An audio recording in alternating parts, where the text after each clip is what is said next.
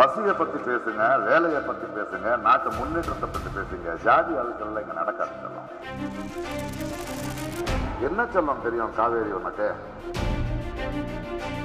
எவனாவது வந்து தியானம் பண்ணும்போது SMS ட்வீட் பண்ணுவானாயா? இந்த ஆளு பண்றாயா?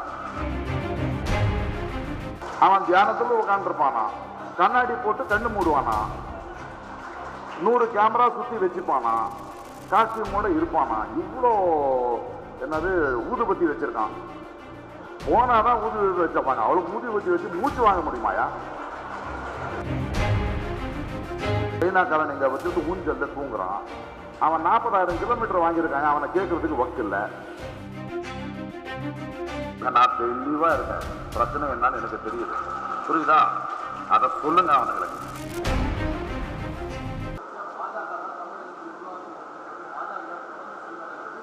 அண்ணாமலை சொல்றாரு பாஜக தான் சொல்றதுக்கு என்னப்பா இருக்கு? நான் தான் பெரிய ஆளுன்னு சொல்றதுக்கு சொல்லிக்கிட்டு போட்டோம். இல்ல சொல்றவன் வேற, அது கரெக்டா இல்லையான்னு மக்கள் முடிவு பண்ணுவாங்க. நான் எங்களுக்கு வெயிட் பண்ணேன், அவ்வளவுதானே.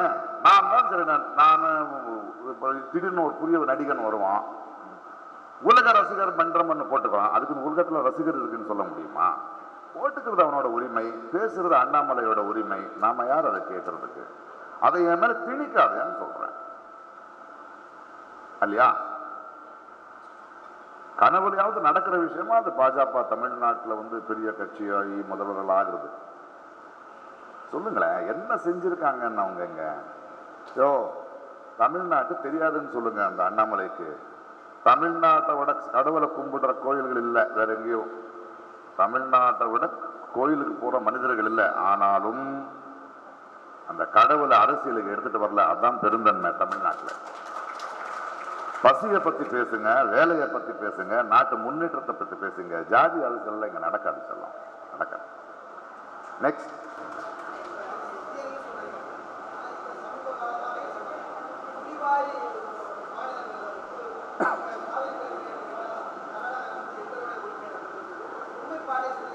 இவங்க காவேரி பிரச்சனையை எடுத்துட்டு வர்றீங்க இல்லையா?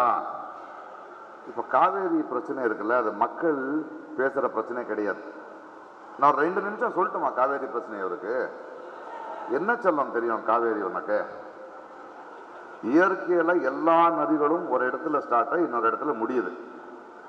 சென்ட்ரல் கவர்மெண்ட் ஒன்று இருக்கு, இங்க ஒரு ஆட்சி இருக்கு, அங்க ஒரு ஆட்சி இருக்கு. மக்கள் தேர்ந்தெடுத்துட்டோம். வெயில் காலத்துல மட்டும் ஏன் பேசுறீங்க?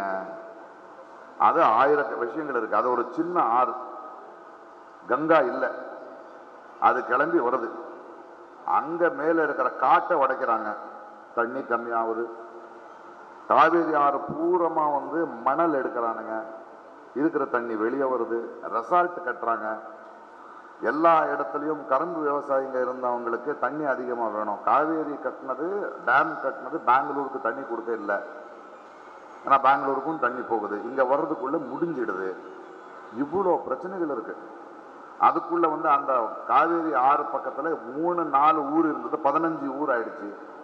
2 கார் கழுவுறதுக்கும் காவேரி தண்ணி வேணும். அந்த ஓரத்துல வீடு கட்டுறதுக்கும் காவேரி தண்ணி வேணும். 2 வகையா ஜிம்முக்கு போய் குடிக்கிறதுக்கும் 4 லிட்டர் காவேரி தண்ணி வேணும்னா இன்னொரு 10 வருஷத்துக்கு அப்புறம் தண்ணி இருக்காது. ஆக நம்ம தேர்ந்தெடுக்கிறவன் என்னையும் உன்னையும் சண்டைக்க மாட்டாம, நல்ல மழை வரும்போது 2 பேரும் சென்ட்ரல் கவர்மெண்ட்டை உட்கார்ந்து ஒரு சயின்டிஸ்டை கூப்பிட்டு இதுக்கு என்ன பண்ணலாம் அப்படின்னு யோசிச்சு அதுக்கு தீவிர ஒன்றுமே தவிர, அதை விட்டுட்டு தமிழனா கன்னடக்காரனானையோ மொழிக்கும் தண்ணிக்கும் என்னையா பிரச்சனை சம்பந்தம்? அங்கேருந்து ஒருத்தன் வந்து லோனை வாங்கி ஒரு வண்டி வாங்கியிருப்பான், இங்கேருந்து ஒருத்தன் லோனை வாங்கி வண்டி வாங்கியிருப்பான். அவன் கஷ்டப்பட்டு சம்பாதிச்சிருக்கான். இங்கேருந்து போனா நீ தமிழ்காரன் காவேரி தண்ணி அவன் வண்டியை உடைப்பான், அவன் வண்டி இங்க வந்து இங்க உடைப்பான். நம்ம கிட்ட பார்த்துட்டு இருக்கான். நான் என்ன சொல்றேன், இந்த காவேரி பிரச்சனையில ஒரு MLA ஒரு MP-யோட வண்டி ஜக்கமாச்சா? ஒரு MLA ஒரு MP-யோட பையன் வந்து அடிபட்டு தூங்கினானா? ஏழைகள் தான் போய்கிட்டு இருக்கோம். இதை வந்து மொழி பிரச்சனை ஆக்குவாங்க, நீயா நானும் ஆப்பாங்க. நானும் நீ போய் இதை தீக்கிற விஷயமா? இது கழுத்தை பிடிச்சிக்கிட்டு கேட்கணும் அவனுங்களை. உடனே இவனுங்க என்ன கேட்கறானுங்க பாஜக, இவர் வந்து தமிழ்நாட்டில் அதை சொல்லுங்க அப்படின்னு எனக்கு தமிழ்நாட்டில் எதிராக பேசுவீங்க. நான் தெளிவா இருக்கேன், பிரச்சனை என்னன்னு எனக்கு தெரியுது. புரியுதா? அதை சொல்லுங்க அவனுங்களுக்கு.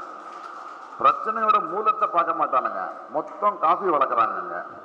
பிரேசில்ல வந்து காஃபி விலை அதிகமாச்சுன்னா இருக்கிற மரத்தை கொட்டி மறுபடியும் இன்னும் அதிகமாக காஃபி வளர்க்குறான். அதுக்கு பெஸ்டிசைட்ஸ் போடுறான், அது வந்து தண்ணியில கலக்கிறது, குடிக்க முடியாம போகுது. எவ்வளவு விஷயங்களை யோசிக்கணும். நீங்க வந்து கரும்பு பாருங்களேன், அதுக்கு அதிகம் தண்ணி வேணும். கரும்பு சுகர் ஃபேக்டரி இருக்கிற எல்லாருமே எம்பிக்கள் எம்எல்ஏக்கள் தான். அதை நிறுத்திட்டு அது வேணையா வேற வளர்க்குறங்க, விவசாயங்க நீங்க வேற வளங்க, அவ்வளோ தண்ணி வேஸ்ட் பண்ணாதுங்க, குடிக்கிற தண்ணி 2 நாட்டுக்கும் வேணும். நீங்க வேற ஏதாவது பண்றதா நாங்க சில வேற இது உங்களுக்கு கொடுக்குறோம், வசதிகள் கொடுக்குறோன்னு பேச மாட்டாங்களே. ஸோ திஸ் இஸ் டீடைல்டு விஷயம். அதை வந்து நீ கன்னடக்காரனா தமிழ்நாட்டுக்காரனா கன்னட தமிழுக்காரன் அடிச்சுக்கிட்டோம் நம்ம பேசிக்கிட்டே இருந்தா இது தீராத பிரச்சனை. ஏனென்றால் இவங்களுக்கு அந்த பிரச்சனையை தீர்க்கிற மனசு இல்லை, முதல்ல அறிவில்லை. அது ஒரு அரசியல்வாதி தீர்க்கிற பிரச்சனை இல்லை, அதுக்குன்னு படிச்சவன் வேணும், அதை பத்தி தெரிஞ்சவன் வேணும். அதை பண்ண மாட்டாங்க, தியானம் பண்ணிக்கிட்டு உட்காந்துருப்பான். அது ஓகே உங்களுக்கு. எவனாவது வந்து தியானம் பண்ணும்போது SMS ட்வீட் பண்ணுவானாயா, இந்த ஆளு பண்றாயா? அவன் தியானத்துல உட்காந்துருப்பானா, கண்ணாடி போட்டு கண்ணு மூடுவானா, 100 கேமரா சுத்தி வச்சுப்பானா, காஸ்டியூமோட இருப்பானா, இவ்வளோ என்னது ஊதுபத்தி வச்சிருக்கான். போனாதான் ஊதுபத்தி வச்சப்பாங்க, அவளுக்கு ஊதுபத்தி வச்சு மூச்சு வாங்க முடியுமாயா? அதுக்கெல்லாம் அளவே எல்லாம் அவனை கேட்க மாட்டானுங்க. காவேரி பிரச்சனையா போகும்.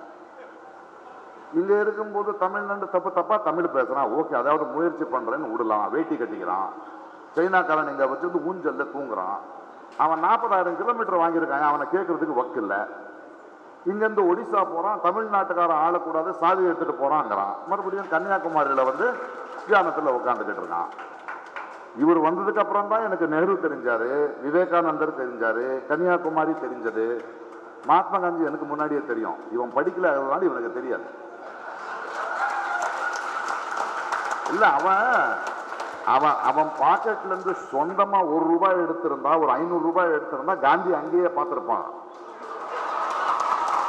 அவன் நம்ம காசுல எல்லாம் வாழ்றான்.